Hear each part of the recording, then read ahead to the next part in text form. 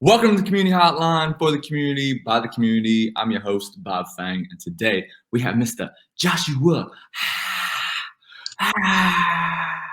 Why don't you introduce yourself, good sir? Hey, I'm Joshua from Coral Springs, Florida, 29 years old. Let's get it. Love it, love it. All right, let's get right into it, guys. First topic of the day, which is money. Let's start off. Josh, what is money? Money is something that you use to buy things. Okay. That's really about it for me with money. Money buys things. Did they teach you that in high school? No, definitely not. Nothing about money in high school. I take it back. Actually, in fifth grade, I had a teacher that gave us fake money as prizes and made us keep a checkbook. And actually did attempt. It was really cool. Fifth grade, Mr. Mitchell Reiner, I'll never forget him. Tried to teach everybody how to balance a checkbook. But unfortunately, through high school, no other teachers followed up with that. Education, dang, failed us. Whew. I love it. Loved all my teachers in high school real quick. Just want to, I love every one of you. What is how has your idea of money changed from high school or middle school to today? Ooh, I think the value of a dollar in my mind has changed, both what you can do with a dollar and what it takes to get $1. In high school, I think growing up, I had a pretty privileged childhood. So when you come from money not really being much of a worry or an issue when you're growing up, when you transition into adulthood, it's kind of a rude awakening to realize what you got to do to live the lifestyle you lived as a kid. I love that. Can you elaborate more on that? Yeah. Growing up, my parents did really well for themselves, don't own their business. We used to go on cruises all the time. We'd go to Disney World. And, growing up, you don't really understand what your parents are actually doing for you. You just think that's a normal thing. Like for me, it was very normalized to take multiple vacations through the year, almost so much that if we missed one of those routine vacations, it was like, why aren't we going on vacation again? Then all of a sudden, as I got older, I'll never forget when I was actually working on my first job out of college at LA Fitness and thinking I was making a lot of money and I wanted to plan a vacation. And I went to go plan a cruise and I'm like, man, I can't afford that. We did this 3 times a year when I was a kid. I called my dad. I said, Dad, how much money did you and mom make? Because I can't book the cruise. And we did this like 3, 4 times a year as a kid. I'm confused. So that was definitely, I'll never forget that moment where for the first time in my life, I understood the value of a dollar and what it takes to earn it was when I tried to book my own vacation and I couldn't even book a weekend cruise. And we used to do that like 3 times a year as a kid. What did your dad say to you when you told him that? Oh man, what was his response when I said, "How much did you guys make?" And he's like, "I'm not telling you that. Just know that you need to find something that's going to make you more than you're making now." And that was pretty much it. That was the life lesson. Was what I was doing at the time wasn't.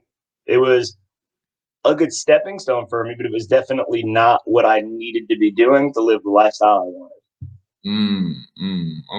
Okay. I like that. I like that. What are 2 money tips you have for the kids, the youth? 2 money tips. 1, start saving as early as possible.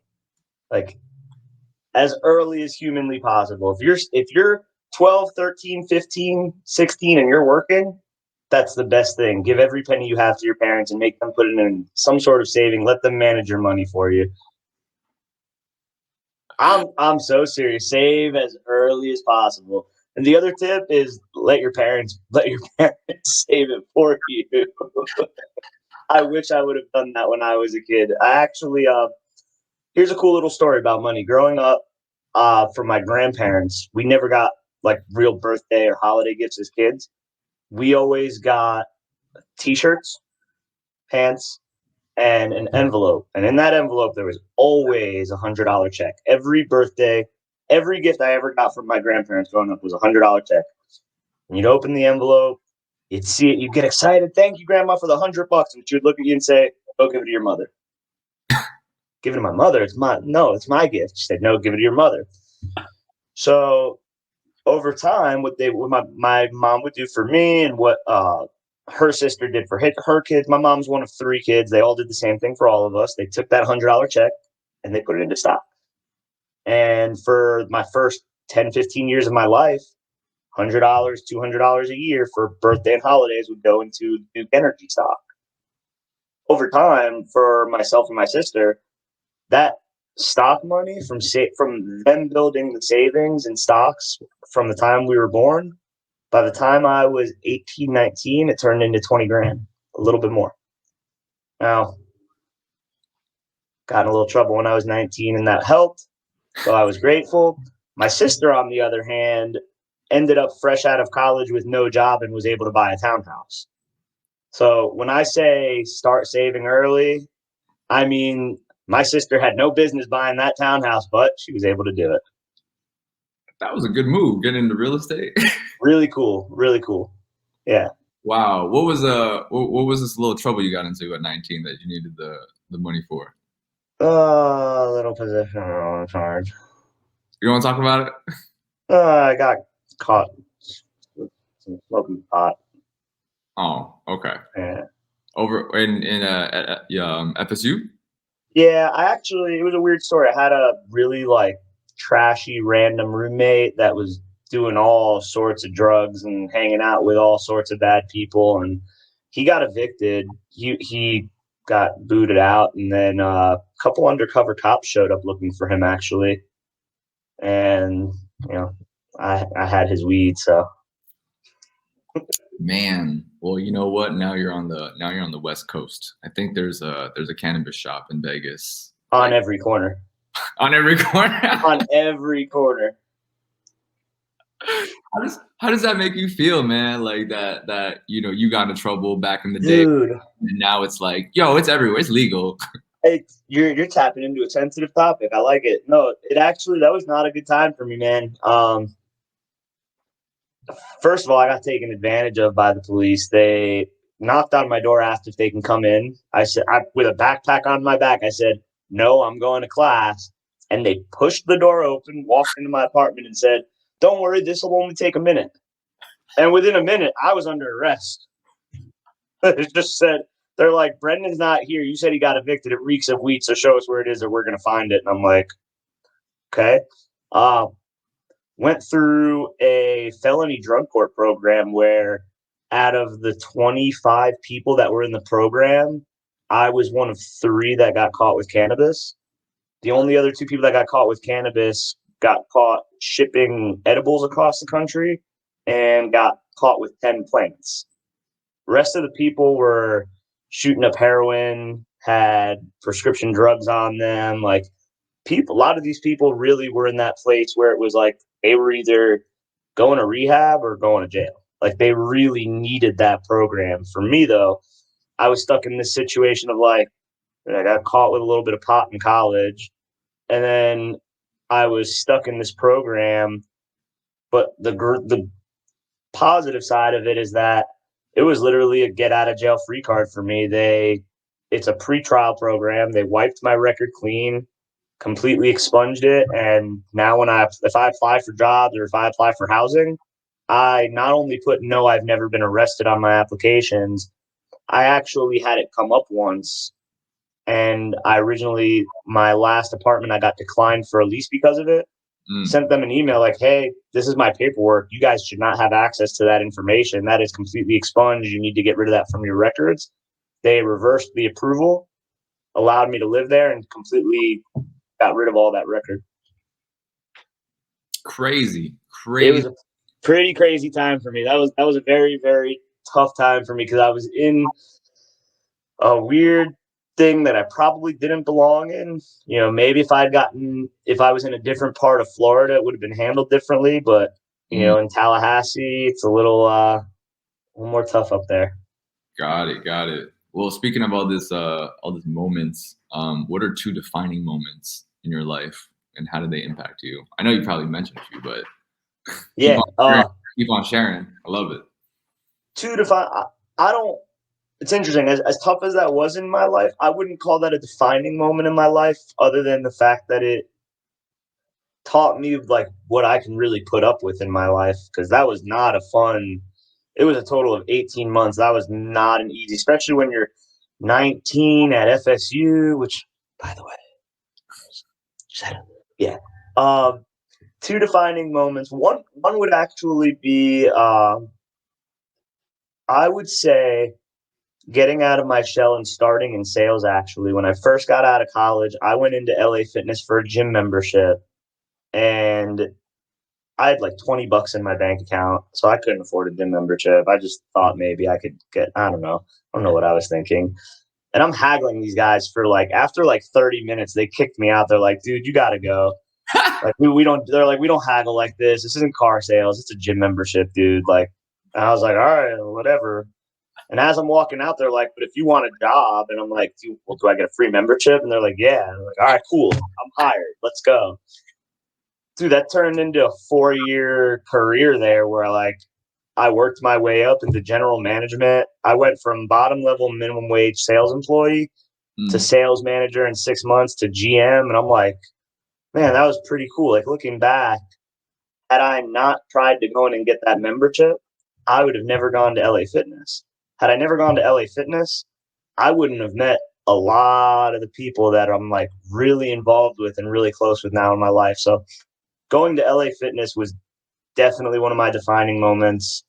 The next one I would say was leaving LA Fitness. That was one of the hardest decisions for me to make, because in my mind I was doing well. Like, the position that I held within the company was a, I don't want to say prestigious position, but the prestige of the position within the company was good. You know, I've worked my way up to pretty much as high as you can get. Uh, but leaving was really, really tough. That took a different type of mental switch for me to flip. And I would say that me making that move was one of those moments in my life that, like, I'll never forget the day. I'll never forget how it went down. And Yeah, if I hadn't done it, what's that? I said, tell the story. What happened? Dude, it was pretty crazy. So I was doing really well, and they just weren't paying well. Like, I was one of their top performers at the time, and like a lot of corporations, they find ways to cut pay every year, kind of roll back instead of roll forward. And slowly but surely, I'm noticing like weird things, like I get demoted from general manager to sales manager, but my team size goes from 2 people to 5 people. So I have more responsibility now as a lower level manager, and I'm in a busier club now and a busier gym, but I'm making less money, to a point where in a sales management position, my last 3 months with the company, I took home under $2,000 a month. And I'll never forget, I'm like, I'm making jokes. I'm like, I'm living off my savings. I can't pay my bills. Like, this is getting kind of crazy. I'm a manager with a team of 5 people, and I'm one of your top performers, and I can't pay my bills. Like, that's kind of a problem. And my manager and I kind of got into this little back and forth of him trying to feed me the nonsense, feed me the lies, to say anything to keep me around because his bonus depends on me. And what did he eventually, one day, he like started making up lies, and I called him out on it. He said, "Yeah, you're not making what you want to because you're leaving early." And at the time, we actually had a sales representative that wasn't very good with technology. So most nights I had to stay late with him and teach him how to do stuff on the computer. And I was staying till like after close when the lights were going off, and I was like, "Dude, no, no, I'm not." He says, "Yeah, well, the front desk has been texting me saying you're leaving early." And I had to say, "No, no, no, they're not. Like, you're making this up now, because I hang out with the front desk people after 8 o'clock when the gym closes. So I know they're not texting you." And eventually he was on the phone with our district manager. And I said, "Oh, is that Al?" He said, "Yeah." I said, "Let him know I'm on my way to talk to him. I quit." He's like, huh? I said, yeah, yeah. Let him know I'm on my way to talk to him. I quit. And I walked out, drove to another LA Fitness location where my district manager was working that day. As soon as I walked, he says, Josh, you okay? I said, yeah, man, this isn't working out for me. I quit. And he's like, well, we were about to promote you. We were literally about to drive to your gym and promote you. I said, yeah, that's really cool. I quit. Like, I appreciate that, but you're too late. Like, I quit. And he shook my hand. He said, hey, I appreciate your hard work. I understand you got to do what you got to do. That was it. And we shook hands, ended on good terms. He actually put me in as ended on good terms. He said, we'll always take you back if you want us. But that was it. I just up that day and never looked back. Okay, I love that. What from that story did you want to really hit home for the kids that are listening? Like what part of that? Ooh, this is a tough lesson to learn as a kid. So whoever watches this, I need you to take it, internalize it, and then forget it until you're like 22. But know your worth. For sure, you got to know your worth. I was there for 4 years. And for the whole 4 years, even when I was making what I thought at the time was good money, What is good money? What is that? What is that number? at that time, I was making like $50,000 a year. Okay. So like bills were paid, but that was really it. Like bills were paid. I was still kind of paycheck to paycheck. Like I was still had to have a roommate. Like I couldn't have gone and afforded my own place on my own. I wasn't buying a place. I wasn't saving money. That's for sure. Um, know your worth and learn it quickly. A lot of people, like I grew up in a household where mom and dad told me, do not ever work for commission. Well, I never worked for commission through college, but I was always a top performer when I was working at places like Pita Pit or Best Buy. Like you put me in the Pita Pit place, I'm gonna make the best pita around, you know. But the guy next to me, even though his pitas might be breaking and falling apart, he's gonna get the same amount of money I got because it was an hourly wage.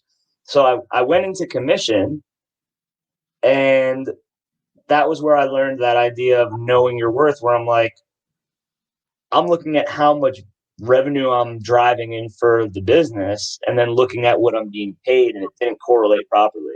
Mm. And I think learning to know your worth at an early age, like knowing if you're that person that's going to be that type of performer where you're going to go above and beyond what you have to do, I definitely think it's important to learn that early on. Love it. Love it. Cool.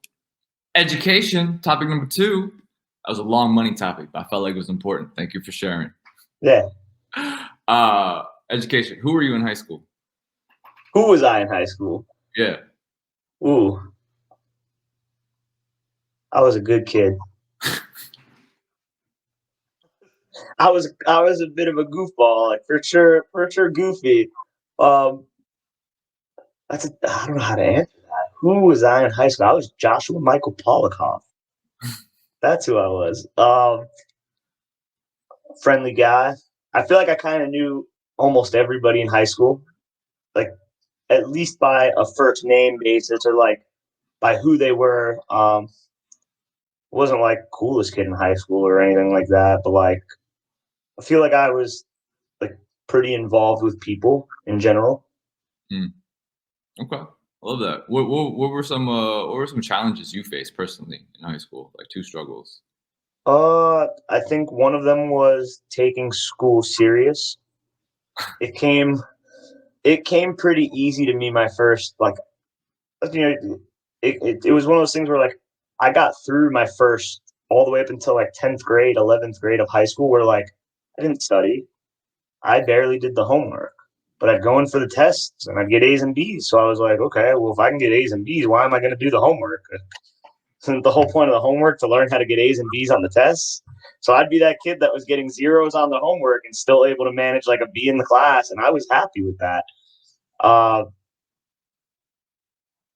kind of forgot. Oh, I forgot the question. No, it was just 2 struggles that you Two, want. two struggles. So one was taking school serious. Uh, and then kind of the same is going to be making that switch to take it serious when I started to struggle. Because when I got to my junior year and really wanted to go to college, I didn't start out so well. That was where it kind of got a little harder.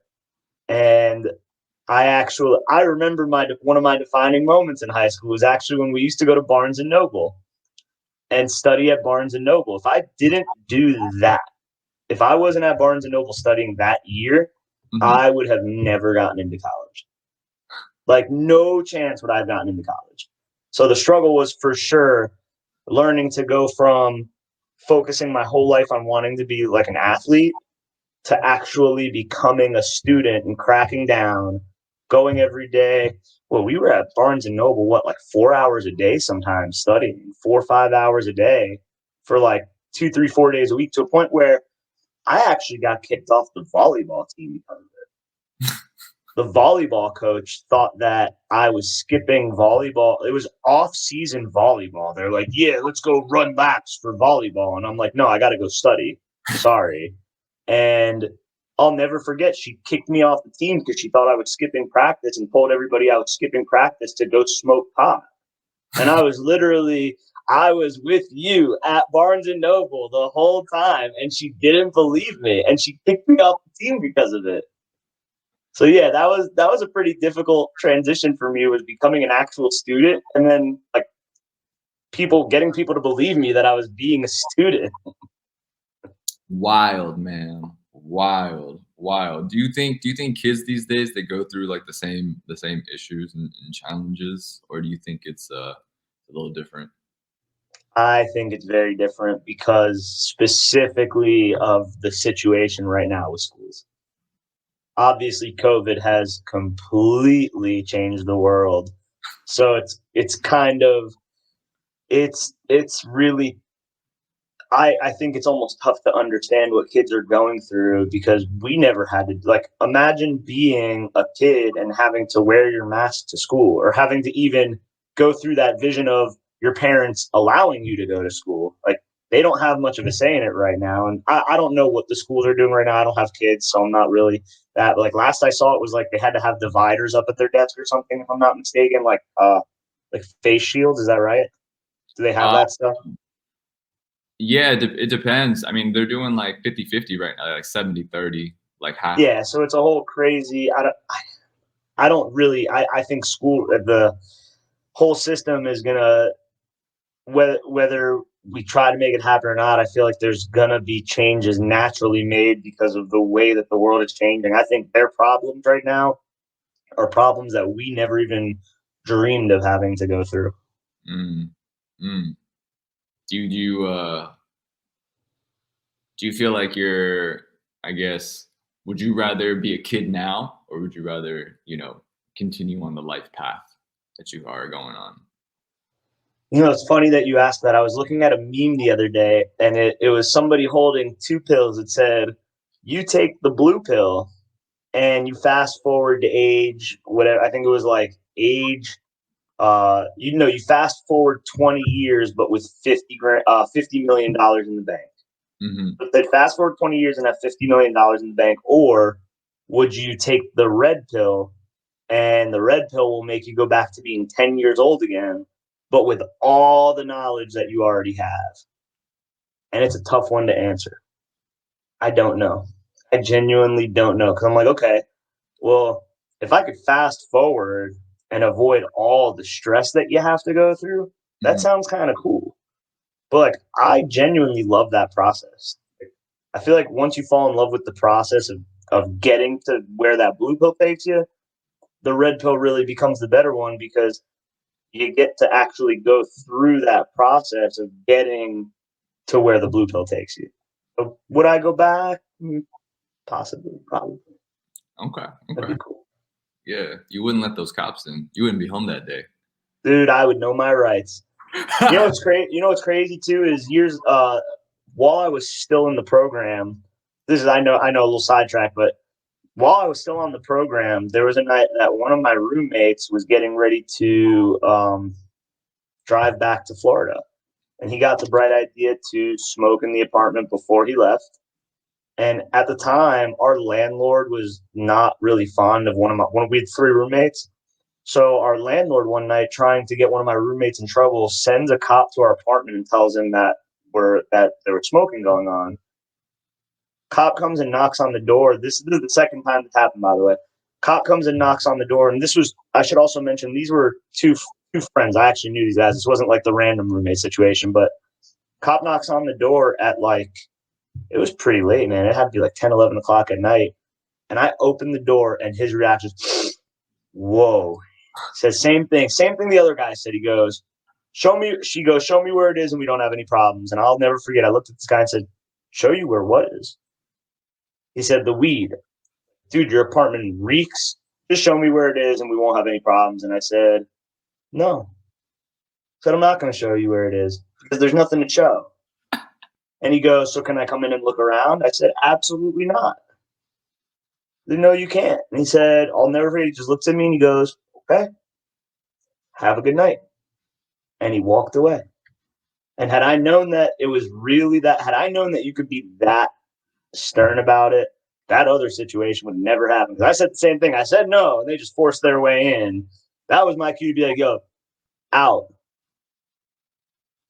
But yeah, cool little know your rights for sure. Definitely know your rights. I love it. Okay, so for education, then since we're on it, what are like two life tips that all kids should know besides know your right? Like what rights exactly, and then like a little bit more specific. Yeah, no, I think just like knowing rights in situations where you could be taken advantage of, like traffic stops. Know what you need to do and don't do. Know what to say and what not to say. Uh, know when you're out and about. Know what to do, how to handle yourself, things that can and can't get you in trouble. Like a lot of people go out and don't think about like, hey, I gotta pee. Let me go to that bush over there. Like, no, you probably shouldn't do that in a parking lot. It's little things to know, to do's and not to do's. For education, though, I think the tip that I would have is understanding that nothing bad will come from continued education. What I mean by that is whether that's going to college, grad school, or some other form of specialty, some other line of work, I think education in any field is always important. You should always be learning something. But I think it's also important to understand the difference between having an education and going to college. I think at a young age, when people think of education and continued education, their mind immediately is, I have to go to college. And I'm not a believer in that. And I have a college degree. I graduated, I did it. I don't use my degree for anything, actually. However, my degree, I think, is one of the most valuable things that I have. And I really mean that. And the reason being is, even though it didn't put me into a job, and I've interviewed for jobs within my field. I have a degree in sociology, social work, not my thing. I interviewed for it. It wasn't my thing, but the mindset and the understanding that I have of people that I got from my college degree is completely invaluable. It really taught me a new way of looking at the world, looking at people, understanding things. And I think that if I didn't have that college degree, I wouldn't think about things in the way that I do.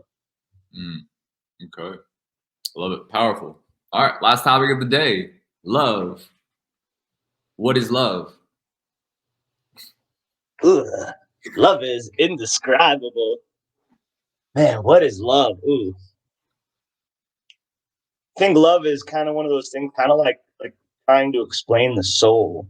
It's like, what is the soul? Like, we think we know it's there. Like, there's an inexplainable thing of processing conscious thought that we try to explain.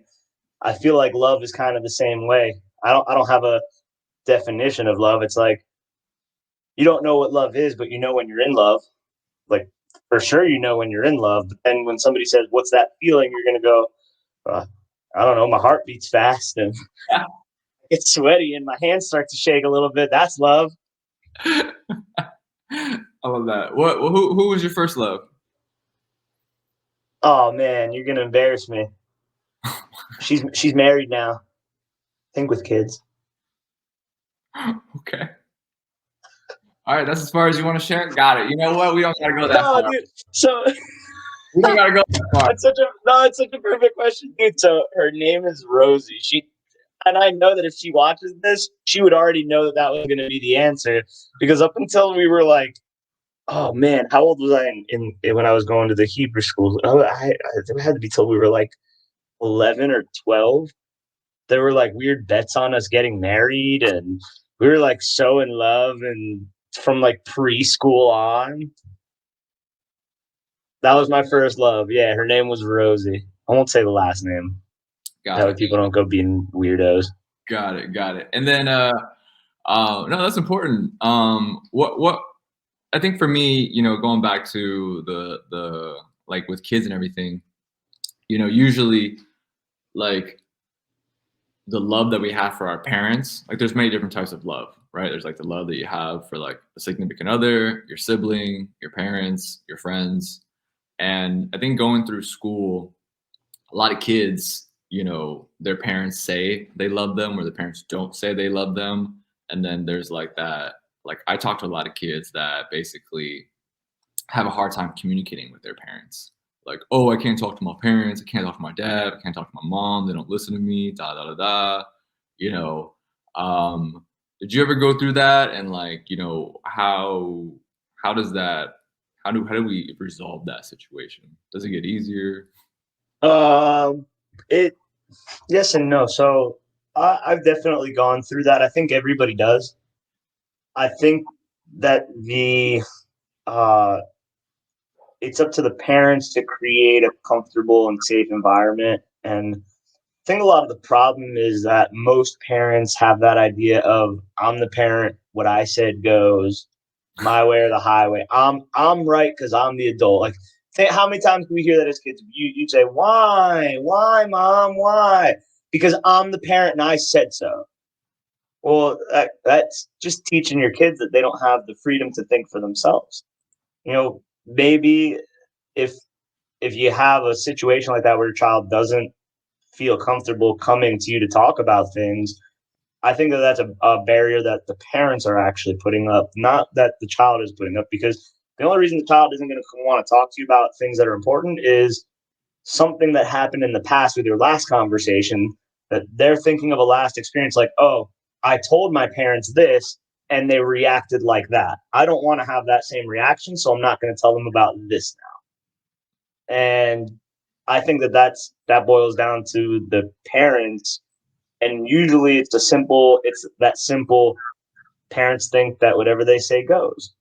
And I think we've all been kids before, and we know all that's going to happen if you tell your kid not to push the big red button, they're going to touch the big red button, see see if they could actually, oops, I didn't mean. That's all that's going to happen.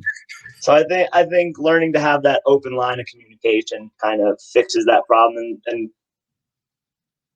in a sense, for lack of having better terms, it's more of treating your child like a person rather than a child. Mm, I hear that. Treating your child like a person rather than a child. Do Yeah. you does your mom call you, like, oh Joshua, when are you gonna get married? Da da da da da. Does your mom do that? Or She has. She for sure has. When am I gonna be a grandma? Is your sister married? Does she have kids?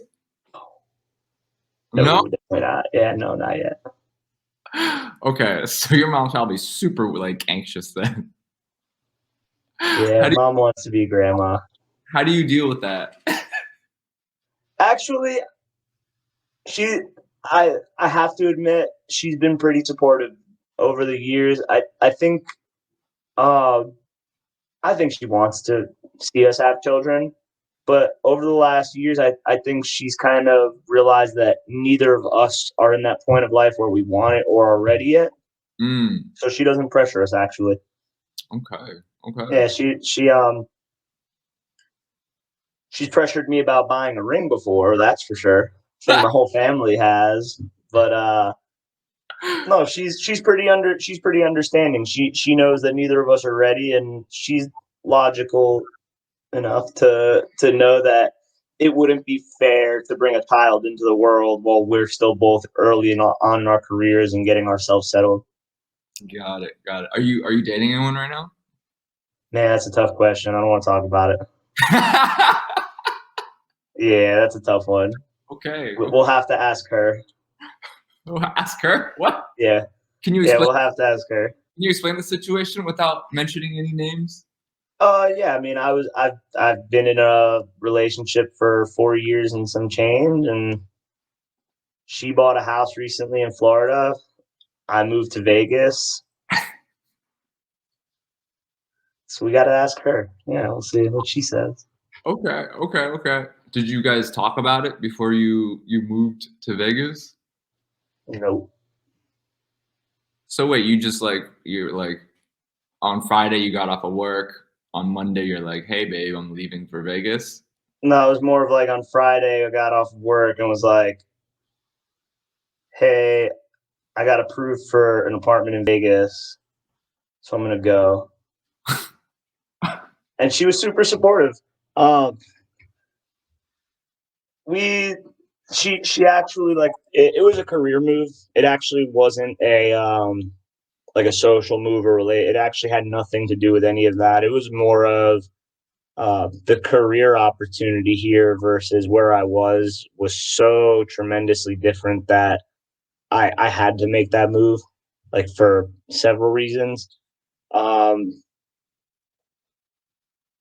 yeah, it is. Yeah, tough conversation. Yeah, I don't like that one. Okay. Hey, that's what love is, right? Tough conversations. I Love mean, is a tough conversation. You see, I can't describe the way it makes me feel, but here I am sweating a little bit. My hands are a little shaky. I'm like, is she ever gonna see this? That's love. what That's love. what have you how long have you been in Vegas now? Oh, today's the 25th since March 10th. It's March 10th. So over a little bit over a month. Yeah, As your is your mom did your what do your parents think about you moving to they Vegas? love it. They're so happy.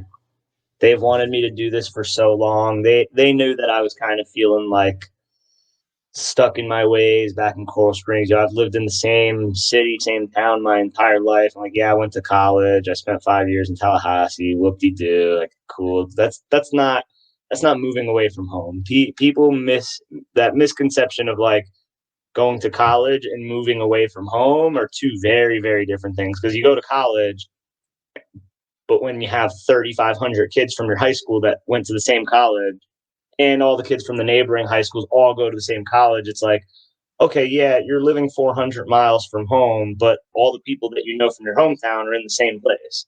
So it's not, that's moving away from your parents, Mm, or you could say like getting away from your parents, but that's not moving away from home. That's not moving 2,000 miles across the country where you're away from home. So my parents know that I've always wanted to kind of see things. I'm for sure an adventurer, an explorer, and I think my mom knew that like I've experienced depression from not getting to have that experience. You know, I didn't do the whole study abroad thing in college. I didn't, move and go take an internship in New York or go to some other city. I never did any of that. I just came home, ended up at that job at LA Fitness, went there for 4 years, did my thing, made the transition into the health insurance industry and kind of got back stuck in that same cycle. So they're super, super, super supportive to the point that like they've helped me to get here. I wouldn't have been able to make this move without them. I love it. I love it. I love it. Okay. Any last final words that you want to say to the kids?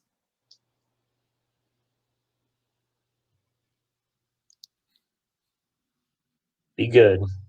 Save money early. Reiterate.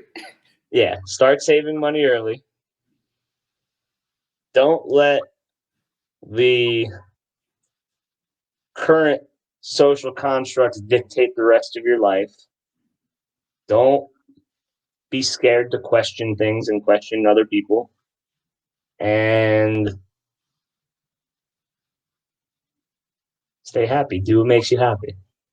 I Got it. think if there's anything I've learned in the last few years, and this is a little interesting tangent to kind of tie everything together. is, especially in the last year, something that I learned is, as important as money is, I think in the last couple of years, I've learned to value my relationships and love as much or more than I value money, because money buys really cool things. Like money, you could do a lot of cool stuff with money, but with more money, there's that idea of like an insatiable greed. So just because you have more money to do more things isn't necessarily going to make you happy. However, knowing that you have someone to come talk to, whether it's a family, friend, a loved one, whatever it is, I've kind of realized that how important that is, and how important relationships play a role in happiness and mental health. And I think that people should definitely learn to look as much into their social lives as they do their financial lives when they're thinking about how can I be happier. Got it. How can I be happier? Thank you. Where can people find you? They can find me on Facebook, find me on Instagram. Really simple, Joshua Polikoff. All my stuff is just my first and last name, Polakoff. Got it. Got it. Got it. Cool. Well, thank you for joining us. Before I forget, 88 Real Estate Media is looking for members to join the oversight committee to build the best kung fu school in the world. If you guys want more information, send us a message. Thanks for joining us, Josh. We'll catch you next time, man. Thanks, Bob.